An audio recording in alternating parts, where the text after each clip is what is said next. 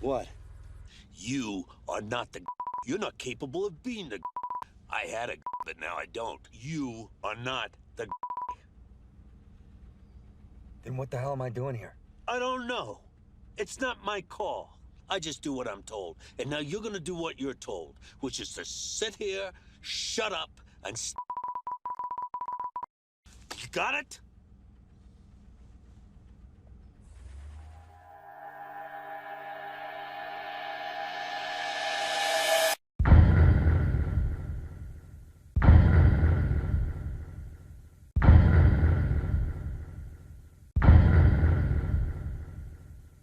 One of the biggest points of contention in the Deltarune community, and a hugely divisive topic that gets really heated at times, is the knight and their true identity. Some people believe that's Alvin, some people believe that's Papyrus of all people, with that idea in particular spawning some amazing fan tracks. Like I will probably leave some of them that I found in the description below, because while I'm not a fan of this idea entirely, the fan OSCs that have spawned from this idea are some of the best in the community. Like, I don't know what it is about this idea that results in some of the best fan tracks to come out of the Deltarune community. Like, I found one the other day that I just absolutely love. So I will definitely leave some of those that I found in the description below. But anyways, and while I do believe those ideas do have their fair share of compelling evidence that does make them plausible, even papyruses, which is crazy to even think about. I'd say most people, at least the casual audience, have the belief that Kris is in fact the knight. For good reason too, because that's clearly what the game wants us to believe.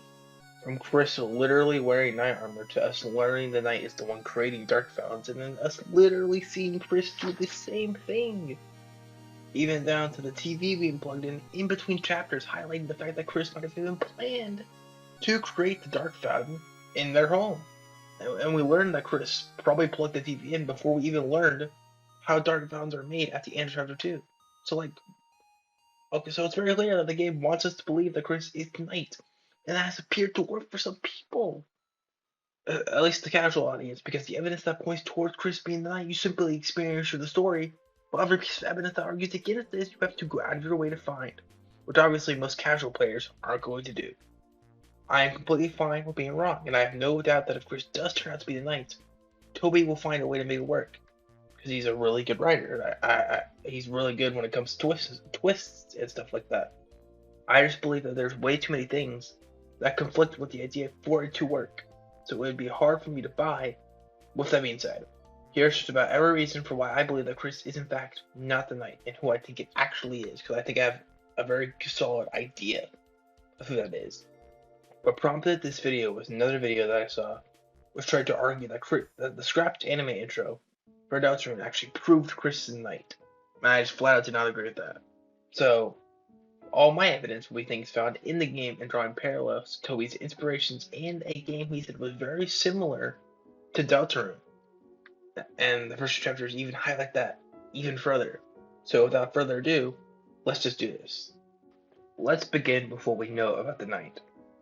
Now, I know another hot topic in the community is like what the knight's goal actually is, whether that is the cause of ruin or not, or if there's just some misguided soul, which actually would play into why people think it's papyrus.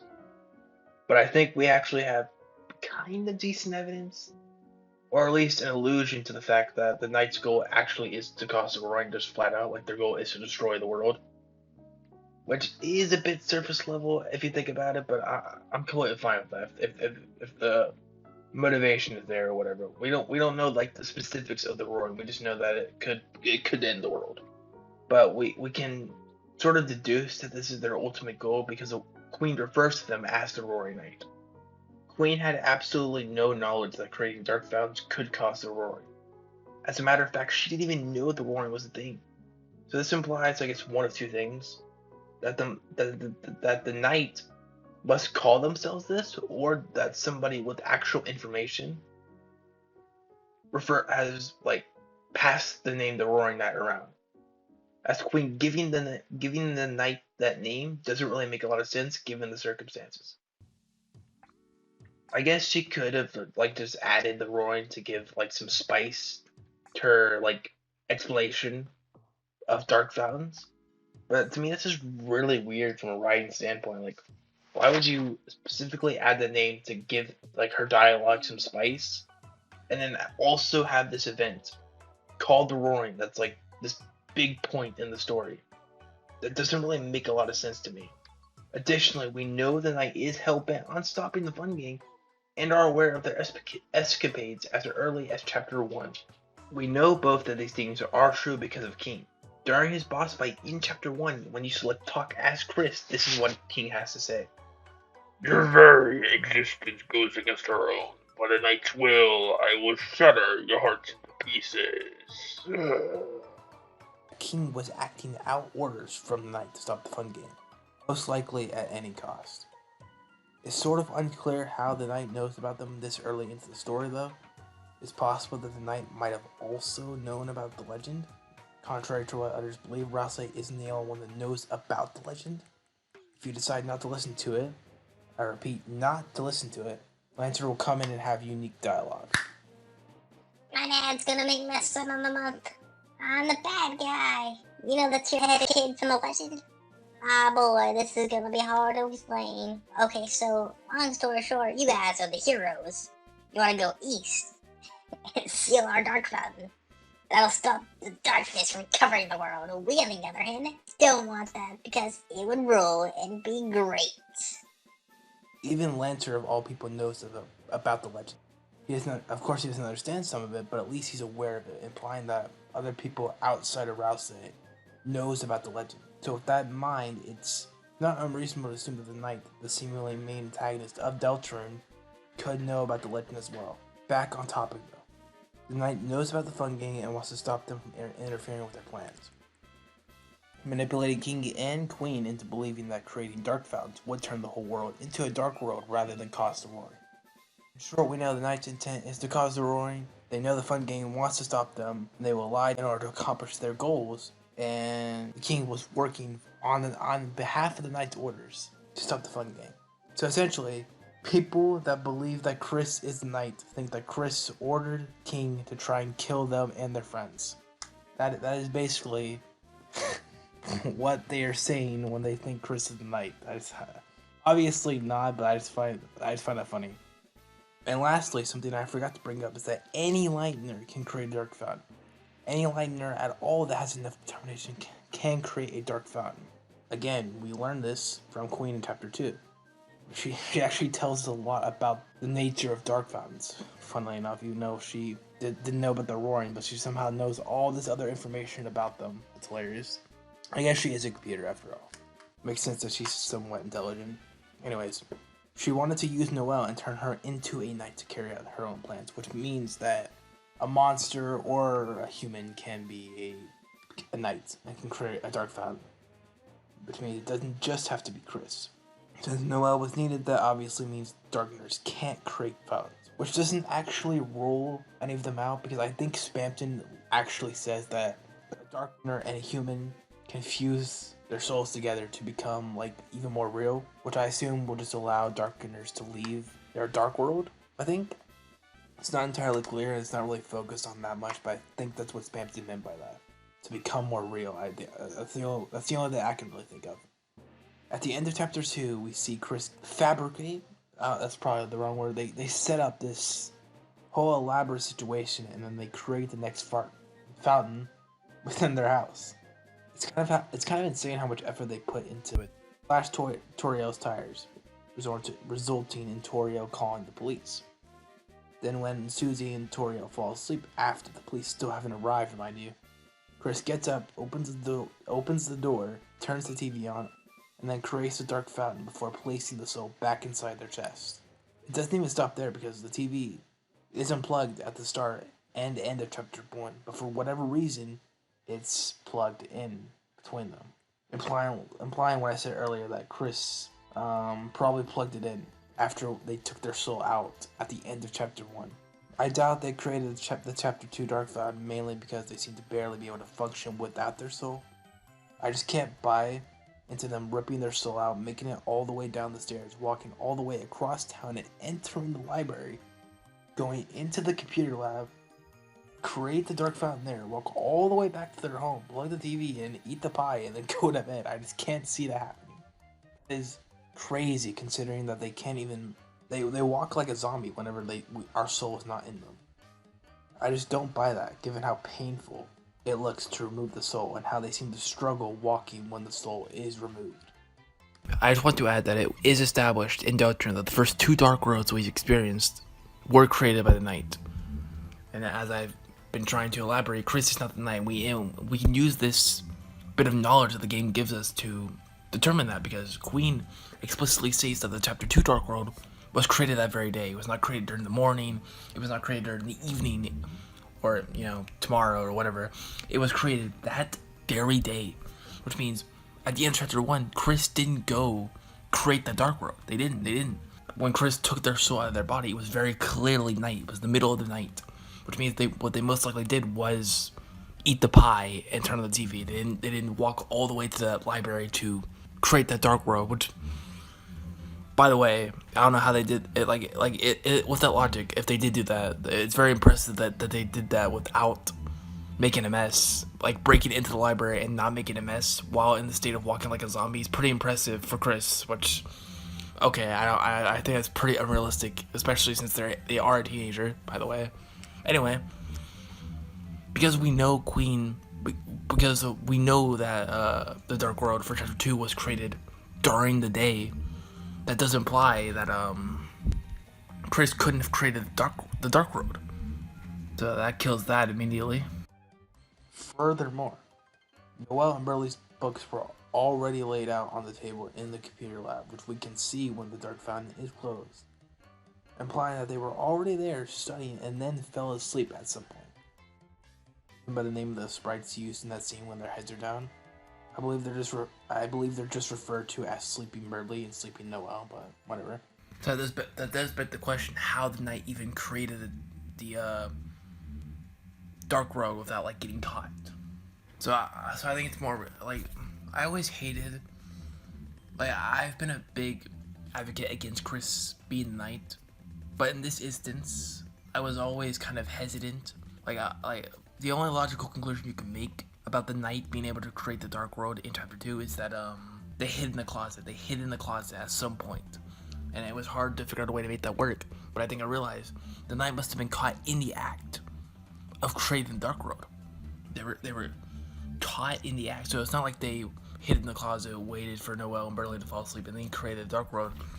They were most likely caught in the act when Noel and Burley went to study, right?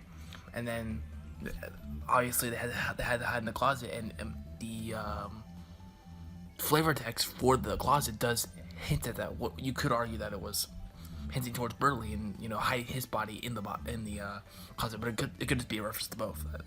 That is the thing in Toy Fox's games. So therefore, the Knight was probably caught in the act of creating the Dark Fountain, hid it in the closet, and then either created the Dark World while they were in the closet to escape, or waited until Noel and Burley fell asleep and then created the Dark World and then dipped before Kris and Susie managed to arrive. That kind of eases my concerns, because I didn't really like the idea of them just waiting in the closet and then wait. How they would have known Burley and Noel would have fell asleep. So this fixes my issues with that they were just caught in the act and had to hide in the closet to avoid being caught by Burley and Noel. Anyways, it's clearly very doubtful Kris created the Cyber City Dark World, but I do think they plan to create the one in their house. I don't see any other reason as to why the TV would be unplugged in between chapters unless Kris just really wanted to watch TV while they ate the pie. For now, let's operate under the most likely assumption that Kris planned to create the next Dark World, since that TV being plugged in seems to be the main source of evidence for night truthers. But the reason I wanted to start with what we know about the Knight is that we established that the Knight just wants to end the world. Why they are doing it one fountain at a time is a question for another day, because I don't have that right now. They clearly want to start the war, but we then reach the question of why Kris wants to end the world and kill everyone they love. They wouldn't, which is why King working on the Knight's orders kind of kills Kris Knight instantly, because why would Kris order King to attack them and their friends? It doesn't really make sense, does it? That's the thing, they don't. I'm going to explain every single reason why Kris isn't a knight, and also detail why I think they are creating dark fountains. First of all, Kris needs our soul to stay alive. We can deduce this through common sense. If Kris doesn't need our soul, they would just keep us locked up in that cage that is in the room. They need us, they seem to struggle to move without us. Fine, I just don't buy them being able to do all their nightly activities while walking like a zombie.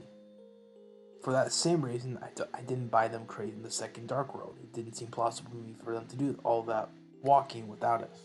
And probably fighting without us.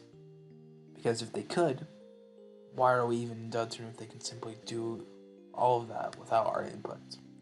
It's way more likely that they can only do it for a limited time before they give out. Because otherwise, I don't see the point from a narrative perspective to make it look like Kris struggles to move if they don't actually need our soul to survive. Furthermore, the game ends when we die.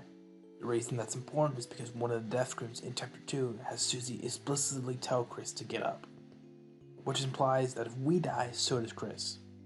So I just do not buy that they can survive without our soul for prolonged periods of time. Additionally, when we do die and choose to give up, it will say that the world will be covered in darkness, which means that if us and Kris were to die and give up, then the world would be covered in darkness. But wait, isn't the Knight's whole thing covering the world in darkness? Rouse says as much when describing the roaring. He says, light will be subsumed by shadow. In other words, covered by shadow or darkness. So if we give up, if we die, we allow that to happen, meaning it is up to us and Kris to stop the roaring. And I guess Susie and Rouse say, but they're not important for this. That includes Kris, because if we die, so do they, meaning that it makes no sense for them to be fighting against us. Meaning Kris will be involved in the defeat of the Knight and probably stopping the roaring. That's really just the tip of the iceberg, though.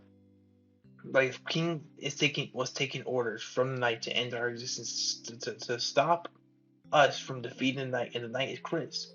Kris is literally telling King to stop them and their friends and to kill them and their friends. Like, what are we doing here? That's not what was going to happen. What would there be to gain from that? Like, would that be set up for King just to get his ass beat because Kris is so confident in their abilities, or would that be to avoid suspicion, which does not even make sense because no one would have suspected Kris at all? Like this, there's no reason for this to have happened. Like, if Kris is the Knight, of course, which we know is probably not the case. That isn't all, because there's evidence that Kris did not know about or even enter the Dark Worlds in Chapter 1. We know this because when Kris and Susie go to the closet to get the chalk, Kris actually looks petrified by the door. Very important. Obviously, Susie is scared as well, but she tries to play it off like cool because, it's Susie. We can tell by the way she talks. But there's something different, specifically different about Kris's reaction.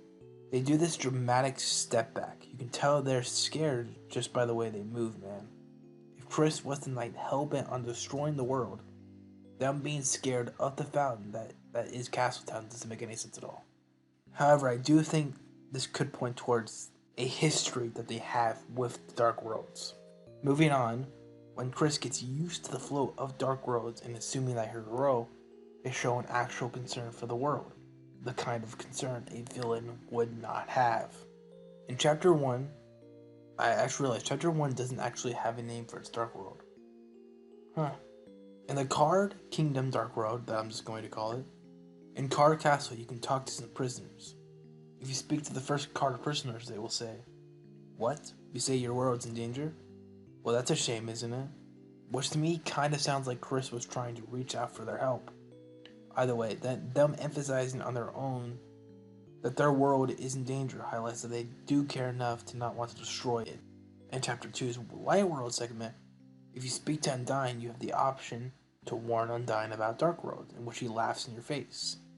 Kris wanting to tell Undyne about Dark Worlds if they are the Knight makes no sense because that would mean more people getting in the way of their plans.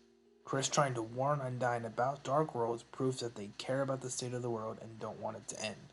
Which is actually really funny because that's kind of highlighted when Kris creates the Dark Fountain in their home. Think about it. What purpose did Kris slashing Toriel's tires actually serve?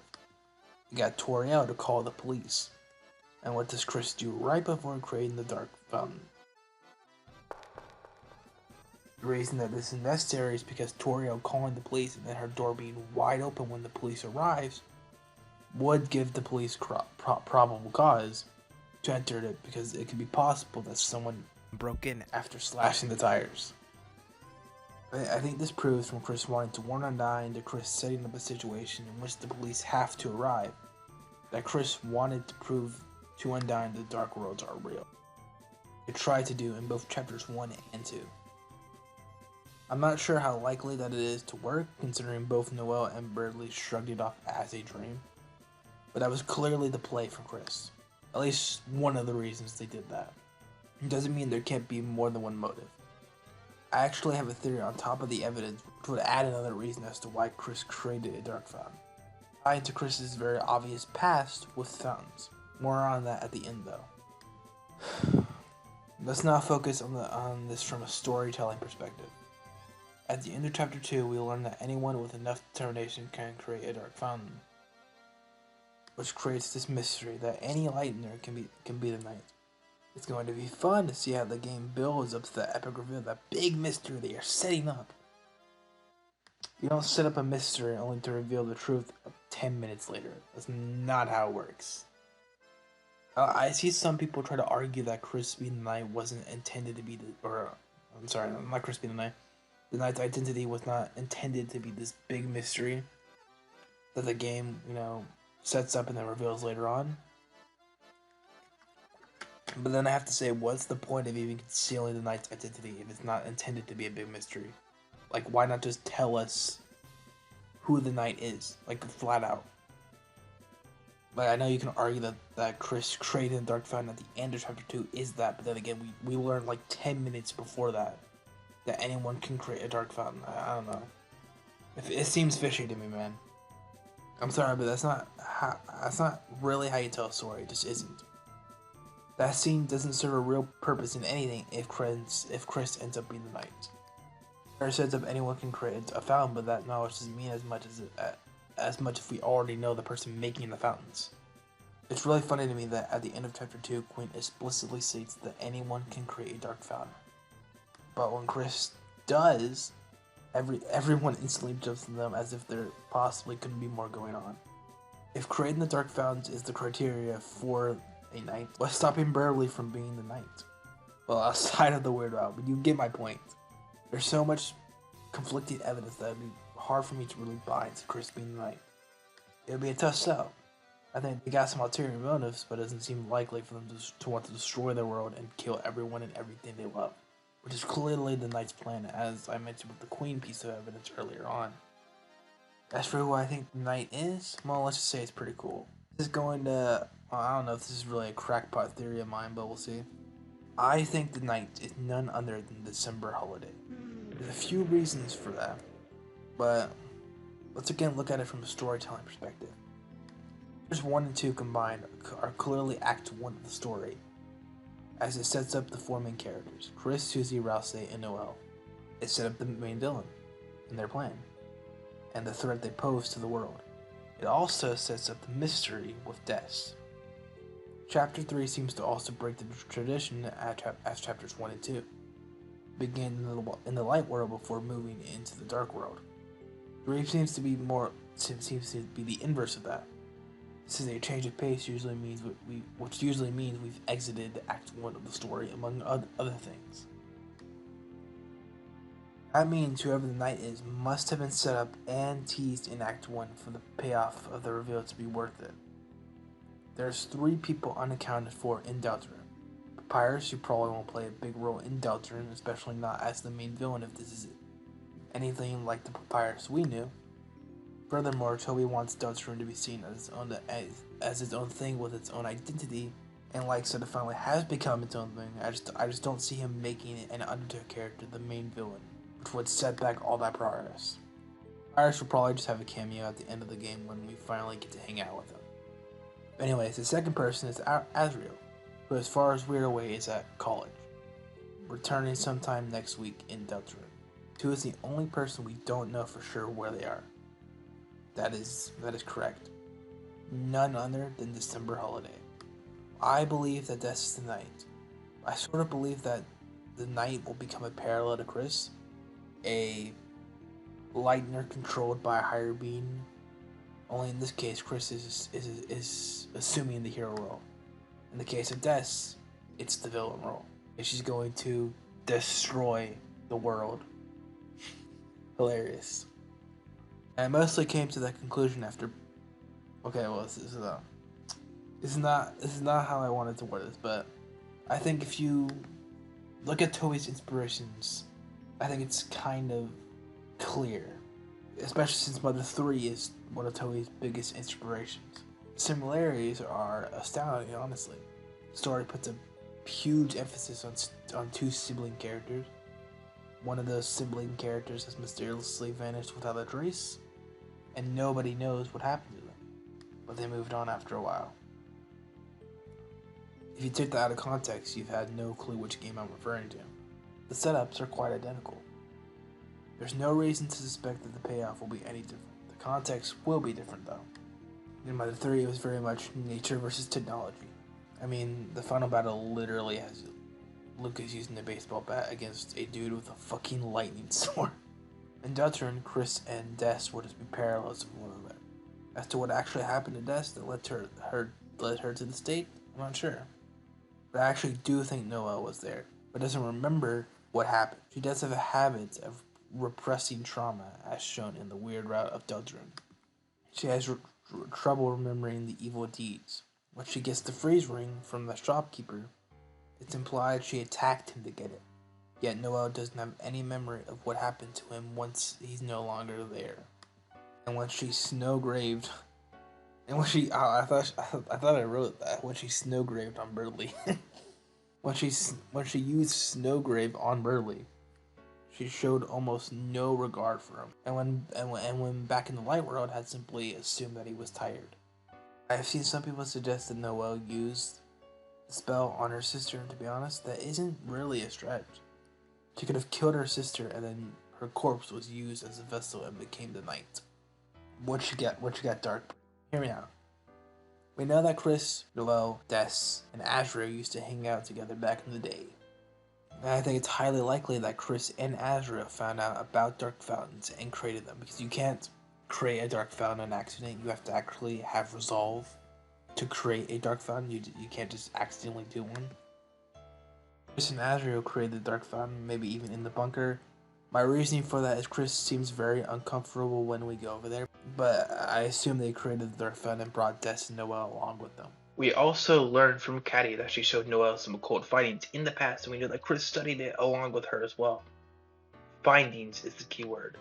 With that in mind, through Azrael and Noelle's intelligence, Kris, Noelle, and Caddy's occult findings, and Noelle showing a history of repressing trauma, just goes to highlight the likelihood of them discovering a dark fountain, Noelle killing Des due to her inexperience of being a child, and her repressing it considering she has a history of doing it.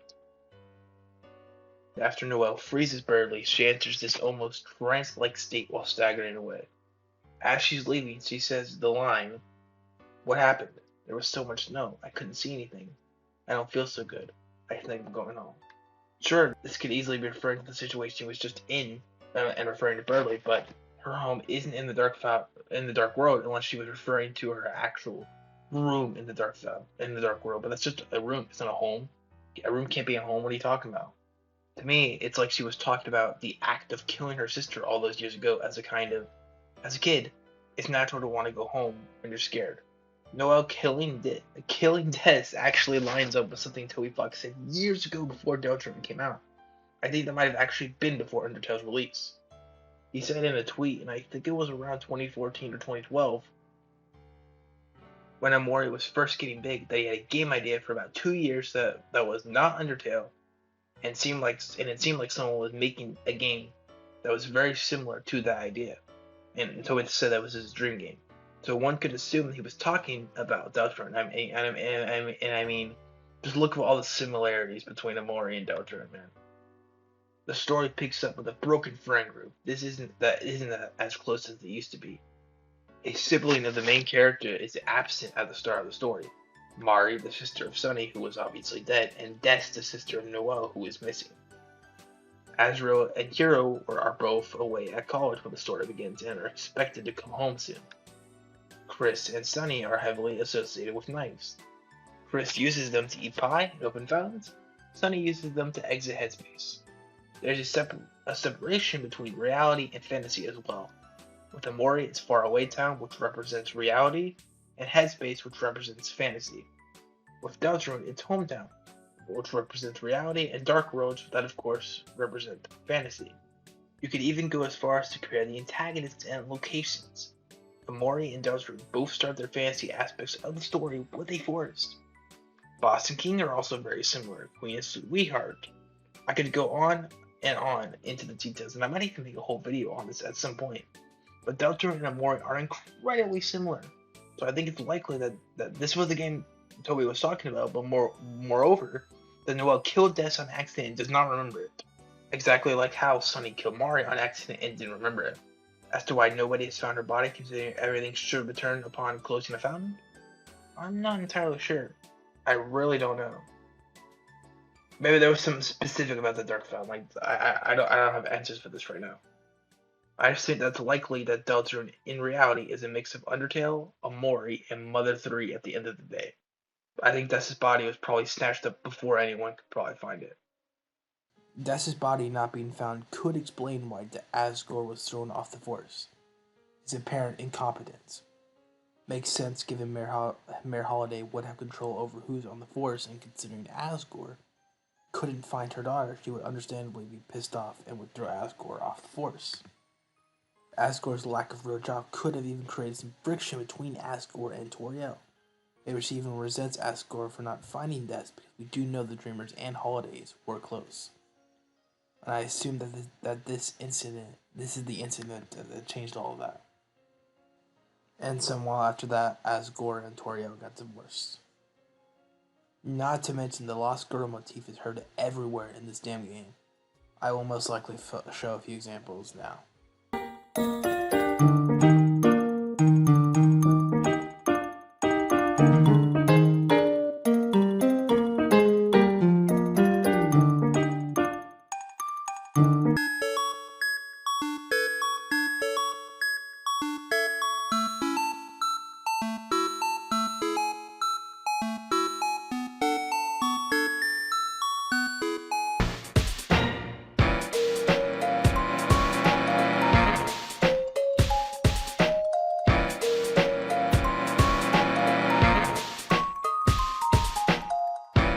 Des is clearly important to how this game unfolds, and her disappearance is the cause for so much friction in the light world. I mean, the Lost Girl motif most likely refers to Des and not Noelle. But Des's impact on the story is very similar to Mari's impact on the story, and her death is the single reason why Sunny, Aubrey, Kel, Hiro, and Basil drifted apart. Only in this instance, I doubt Des is really or entirely dead. Remember, Mother 3 is a huge inspiration for Toby, and Claus also dies in the game before being turned into a robotic puppet by Porky, so I do think it's something similar like that. But here, Des would just be a parallel to Kris, both being controlled by some higher being to do their bidding, essentially. It pulls the strings and makes them ring. Now this is a hidden line, a hidden lyric in Big Shot. And now you can make a guitar string ring, and when you place the puppet scarf on Noelle, which you can't see in normal gameplay, that you get from defeating Spamton, Noelle will say it feels like guitar strings. So Spamton has this weird tie to guitar strings because you can make a guitar string ring. And Des herself is tied to guitars because when we first encounter the Find Her theme, it's accompanied with a picture with an image of a guitar and an acoustic version of the Lost Girl theme, which is why I don't think the Lost Girl theme is referring to Noelle. It's obviously referring to that. So Spamton himself, for some reason, has a tie to guitars. which is weird because nothing else to Spampton is tied to guitars outside of this specific instance of him having a line in his song that references guitar strings being rung. So I think this could hint at the fact that Des herself is being pulled around on strings by some higher force. Now there is one other thing that I can't explain though, and that's the person in the code of Deltarune. We don't actually know who that is, and that could very well be Des. And Des isn't actually nice, she's just trapped in the depths. But I guess it's possible. I mean, the game points toward the fact that Des has been missing for years. So she could just be hidden in the depths, and that would explain why the knight is doing things now. Because Des isn't the knight, she's just trapped in the depths. But I'm still thinking about the thing that Toby said about the game Deltarune being similar to a game at the time, which was, of course, Mori. So I think that was more in relation to the fact that obviously in Mori, Sunny accidentally kills Mari and represses that trauma, and Noelle is already showing signs of repressing her trauma, as we see in the weird route. So I think that comparison makes it more likely that Noah accidentally killed Des rather than Des just being lost in the depths. I think the person in the code is just the vessel. I think it's more likely that it is the vessel because we just disregard that at the start of the game. And the vessel had been placed somewhere. I don't think it was ever really destroyed. The game does remember it, after all, so I think it's most likely the vessel that's talking in the code, and we do shape its mind, so it's reasonable to assume that the vessel could talk. I think it's, like I said, I think it's more likely that Des was accidentally killed by Noelle, based on the Mori comparison from earlier, rather than Des just being lost in the depths.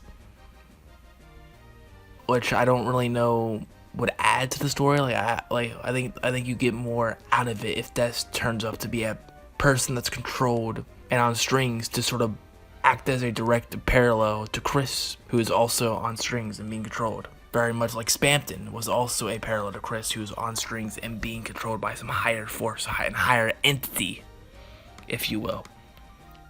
And the lyric from Big Shot, it pulls the strings and makes them rings, highlights that because obviously guitar strings ring, and Spampton has this tie to guitars, and so does Des have this tie to guitars. So Des and Spampton are tied together. And when Noelle puts the puppet scarf on, it feels like guitar strings. Why add that if it doesn't mean anything, you know? Why add that if it's just a flavor text? It doesn't really make sense, especially with Des being tied to guitars and all that. So Spampton having this tie to guitar strings makes it likely that Des could be the knight, and this could be alluding to Des being the knight being pulled around on strings by some higher entity, whether that's Gaster or someone else. Yeah, I just wanted to add that here. We learn in some flashbacks that Noelle and Burley were competing in a spelling bee, and when they got to the word December, Noelle froze and couldn't finish the word. I believe that perhaps this may have been Noelle's trauma resurfacing without her realizing it. It could also be because she missed her sister, very plausible. In Deltarune, most of the info we get about Des is from Noelle, but I believe that's because the town has moved on by this point. Noelle was very young in the flashbacks, so it's easy to assume that Des probably disappeared a long time ago, allowing a lot of people to move on.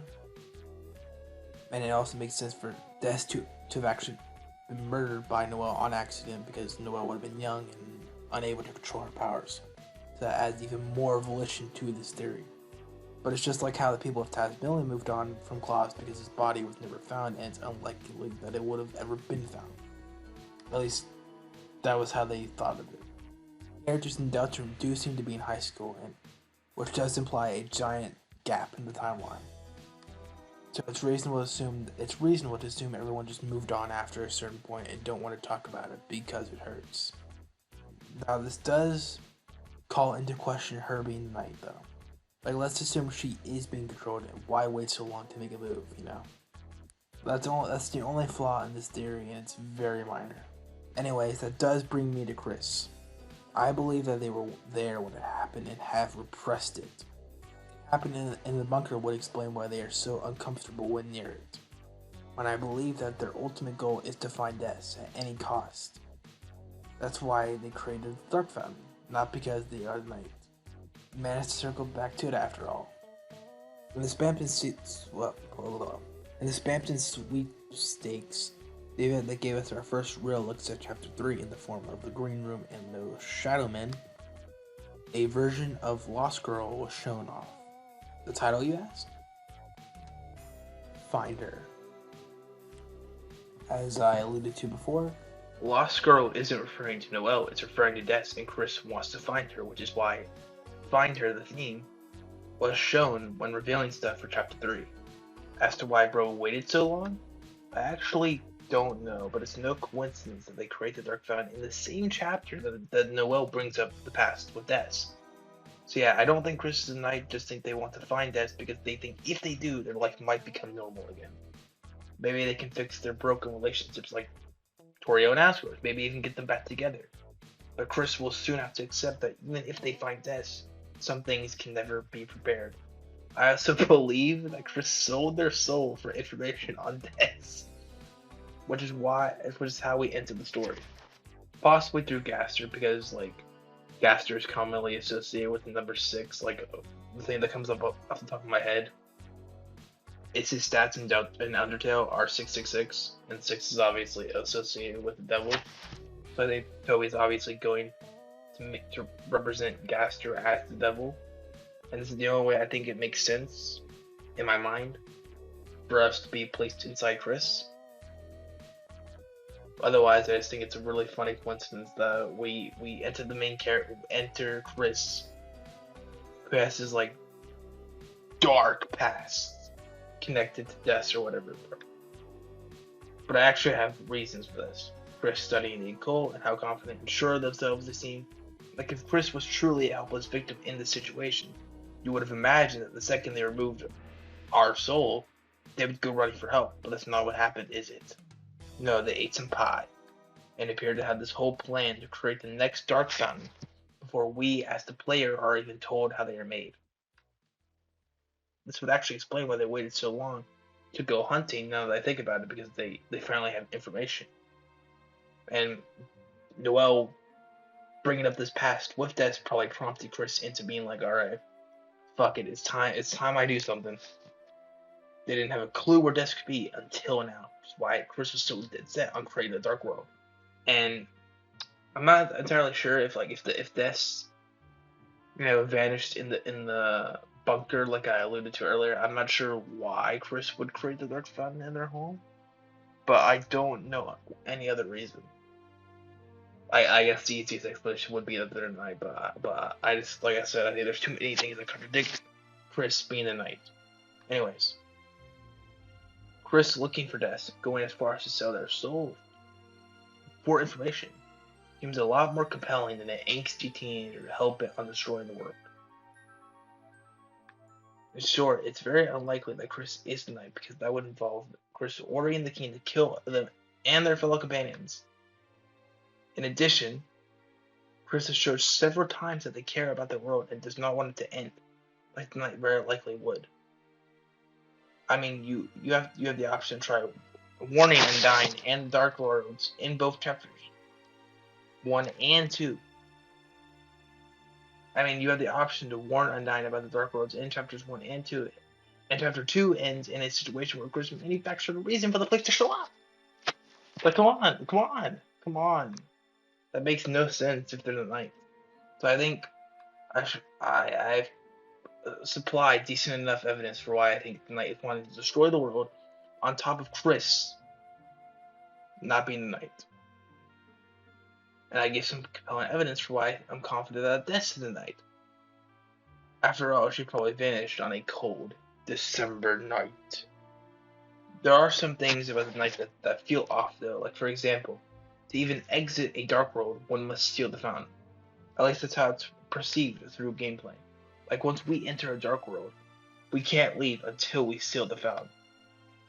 So I guess that either implies the reason the knight knew of the Deltarune's existence is that they were in the Card Kingdom, Dark World the entire time, and just stuck to our heroes, or they simply have the ability to leave the Dark Worlds at will. I'm not entirely sure which way it will lean, but I'm sure we will learn eventually. That'll be in the next chapter drop, though. Like even if the knight shows up, I don't think we'll learn their identity. I think Toby's saving that for a much later reveal in the story. But yeah, I think it's very obvious. Kris opening that Dark Fountain is nothing more than a red herring, and it worked. Casual players believe Kris is the knight. If you watch any playthrough of Deltarune, they will be like, "We are the knight. We are the knight. We are the knight," which is obviously what Toby was going for. That's why the majority of evidence pushing against Kris the knight is optional. So the story is doing its job, and I believe that's why Kris even wears knight armor in the Dark World, because it adds to the red herring even further. But I'm super excited to see the truth behind Kris opening the Dark Fountain. Whether I'm right about them looking for death or not, I do just want to end this with some just general predictions now.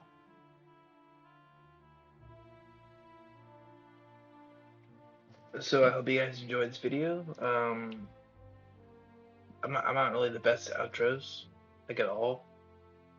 But I will probably do like a full video on my predictions for Deltarune at some point in the near future. Like a full, and hopefully before chapter 3 and 4 come out, but I doubt that will happen. But I think that's it. So I guess goodbye. You are not the knight. You're not capable of being the knight. I had a knight, but now I don't. You are not the knight.